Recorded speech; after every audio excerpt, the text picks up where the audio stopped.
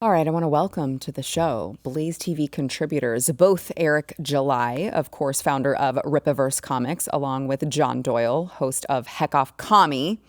I'm glad that you guys are here. So it's kind of a, the Democrats always like to say that it's a dark day for democracy in regard to January 6th and, every time a Republican does something, they're just like, oh, this is a dark day for democracy. Now, I would say that last night, what I'm about to play for you guys last night, really was a dark day for our country. So there was a House Oversight and Accountability Committee hearing that it went into the late hours of the evening and just devolved into pure chaos during a deliberation on whether to hold Attorney General Merrick Garland in contempt of Congress. And before we play all of these, I just want to remind you guys that this right here, what I'm about to show you, is what your tax dollars are paying for. So I'm going to play the beginning of this total chaos where they're having a back and forth. And this is some of the players. James Comer, of course, is the chairman. You have Jamie Raskin, who is a ranking member. You have Marjorie Taylor Greene. You have Lauren Boebert. You have Ana Paulina Luna. You have Jasmine Crockett. And you have Alexandria Ocasio-Cortez. And I want to play the moment where Jasmine Crockett is kind of causing a little bit of a scene. And Marjorie Taylor Greene has quite a quip for her that she just is not having. Watch. I don't think you know what you're here for. Well, you the one talking about. I think your fake eyelashes are messing up. No, ain't nothing. Hold on. Listen. Order. Mr. Chairman. That's beneath even you. Okay, so what she said, if you couldn't catch it with the crosstalk, was, I think your fake eyelashes are messing up what you're reading.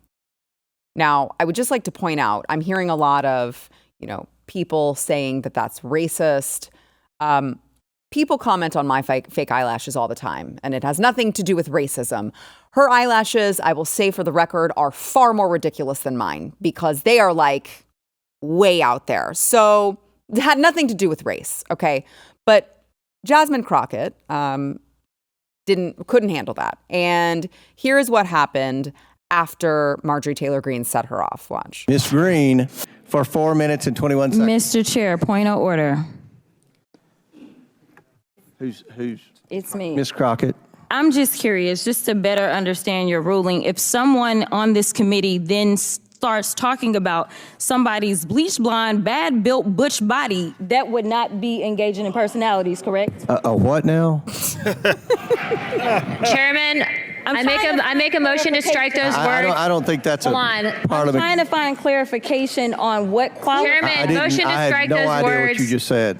We're not gonna do this. Look, you guys earlier Ana literally Paulina just. Luna. You just voted to do Y'all did it. it first, so you don't just talk voted to do it. Order. So I'm trying to get embarrassing. clarification. Look at, calm down, No, because this I is would what like to y'all get do. through proceedings. So I'm trying Hey, to get Ms. clarification. Crockett, you're not Y'all wanna recognized. play Ms. games. I can't hear you with your And yelling. You don't want me Calm to down. Be, Can no, you please calm down? Don't tell me to calm down. Calm down. Because y'all talk Please calm noise, down. and then you You're can't out of take control. Because if I Look, come, Chairman, if I can come we and send talk outside to shit take a about break her, for 5 y'all minutes? gonna have a problem. Mr. Chairman. All right, Sorry. Chair. I know why Okay. you're Order. acting Chair like now that. recognizes. Well, you know my thoughts on Representative Jasmine Crockett. You can take the rat out of the hood, but you can't take the hood out of the rat. And they weren't done, okay? Marjorie Taylor Greene went on and, of course, they had to make this big ordeal about how they wanted to strike her comments from the record. That was the big deal, was AOC and Crockett wanted to strike those comments. And so they were not going to be happy until she apologized and struck her comments. And then this is how the stupid stuff ended. Watch. Okay. Ms. Greene agrees to strike her words. I believe she Chair needs to apologize. recognizes- No. No, she needs to apologize Then now. After Mr. Perry's going to be recognized, then Ms. Greene I'm not has 4 minutes and apologizing. 21 Well, seconds. then Okay, you're reserve not the right to striking your object. words. I am Mr. not Chair. apologizing. Now let's go. Come on, guys. Why don't you debate me? Mr. Chairman, the it's minority. pretty No, self-evident. Chair you're not. Yeah, you're out not. of order. You don't have enough You're out of order. intelligence. Chair recognizes Mr. Perry. Okay, That's true. move to strike the. I'd like to I strike move to those strike the words lady's as well. words. Move to Move to strike strike the lady's well. words again. That's 2 requests to strike. That's 2 requests to strike. Oh, they cannot take the words. There's another motion to strike her words again. Please All right. get Okay. your members under Here's the control. correct parliamentary. Ms. Greene, do you agree to unanimous consent to strike your words? I repeat again for the second time. Yes, I'll strike right. my words, That- but I'm not all right. apologizing. Without objection. Without Not objection. apologizing. That is absolutely unacceptable. How dare you meeting will attack the suspend. physical Meeting will appearance of another suspend. person? Are your Move feelings hurt? her words down. Aw. Oh, girl, baby girl. Oh, really? Don't even play. with Baby me. girl? I don't think We are so. going to move and we're going to take your words down. I Thank you very second that motion.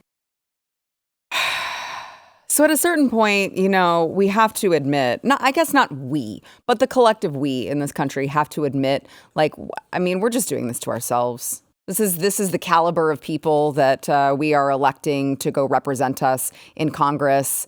What do we deserve, really? Do we deserve to survive? I don't know. I'm not sure. I'd love to get your feedback on this, gentlemen. I will just point out for the record, since everyone is talking about the cat fight and nobody's talking about the vote to hold Merrick Garland in contempt passed 24-20 along party lines after, of course, he refused to hand over the audio recording of Biden's interview with special counsel Robert Hur. And then Biden claimed executive privilege over the audio recordings. So the full House is going to now vote on whether or not to hold the AG in contempt. And you know what? For no reason at all, just none, no reason whatsoever, I would like to also revisit one of my favorite moments on YouTube. I want to do it because it's fun. It's fun to do bad things, to drive into a car. Well, did you know that you could perhaps kill somebody? Yes, but I wanted to do hood rat stuff with my friend. Yes, but I want to do hood rat stuff with my friends. Listen, many will call me a racist. Many are calling me a racist on Twitter right now because I posted a clip of Jasmine Crockett speaking the way she was speaking, yelling over everybody, cursing in the middle of the House floor. And I said, when hood rats get elected into Congress. And they always call me a racist. And I don't understand what's racist about that. I would say it if it were a white woman behaving in the same manner. It's just not. I don't have much to say on this because when I envision personally, like Congress, that to me kind of represents it. But I just want them to can we just bring back duels? I would have more respect if they just actually fought it out. I guess you can make the argument that this is a little more honest. Chicks are catty. They took their shots, they took their jabs, amounted to much of nothing, and again, it is a mockery, but that's kind of how I view Congress in general. Yeah. And maybe this is the government that the people deserve. It is a crap show. Now, granted, it is just a few of them that are talking their little noise, but they were able to really control that whole entire. They couldn't get control of the situation with them just going at each other the way that they were. So I can understand if you are an American and you, for whatever reason, still look at government, or more specifically the Congress, let's say, you look at them as this sort of authoritative figure that's supposed to be the best of all of us. They're not. They never have been. And maybe now you'll realize that. I'm not holding my breath on that, though. So.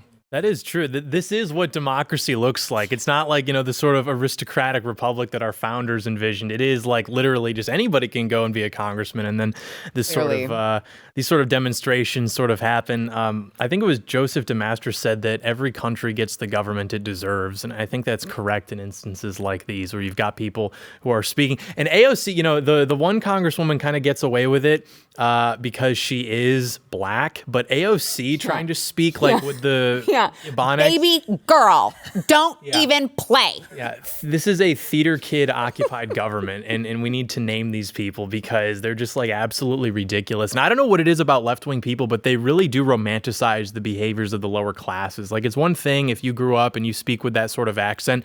AOC went to Boston University, which is not the greatest school, but it's also not the worst school. I mean, she has a degree. She should be able to speak in a way that is not like that, but she chooses to appropriate that because she's trying to be one of them. She wants to be part of the lower working class who are supposed to be liberated from the oppressive white men. Yeah, I mean, you hear a very, you hear a difference in when depending on who she's speaking to. It's called code switching.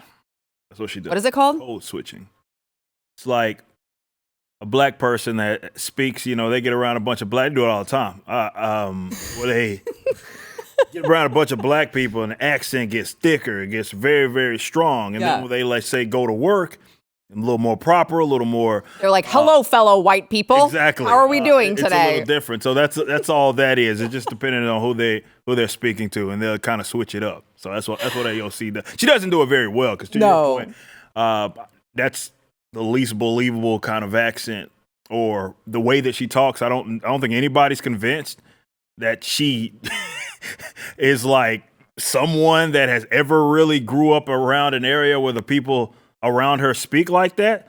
So for her, it's not really believable, but people do that. Yeah, it would have been better if she had like tried to have like a Latina accent or something. You know, she was like, "Better cut that out," or something like that.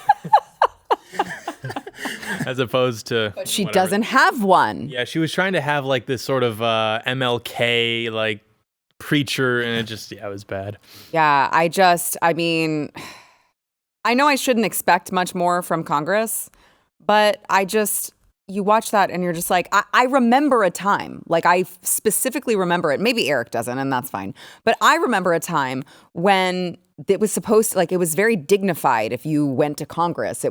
And now we have, John Fetterman showing up in sweats and just like me. Yeah, John Fetterman dressing like Eric to go show up for what was supposed to be one of the most respected, dignified roles in this country. You have AOC and, Jasmine Crockett. Shorts, man. Yeah.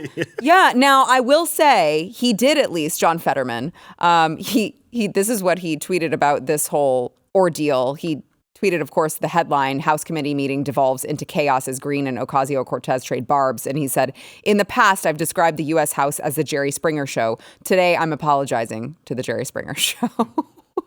It is true that is what democracy looks like. It's not a system that selects for the best and brightest. It does kind of just make everything have to pander to the lowest common denominator. And that is true equality. I mean, think about it.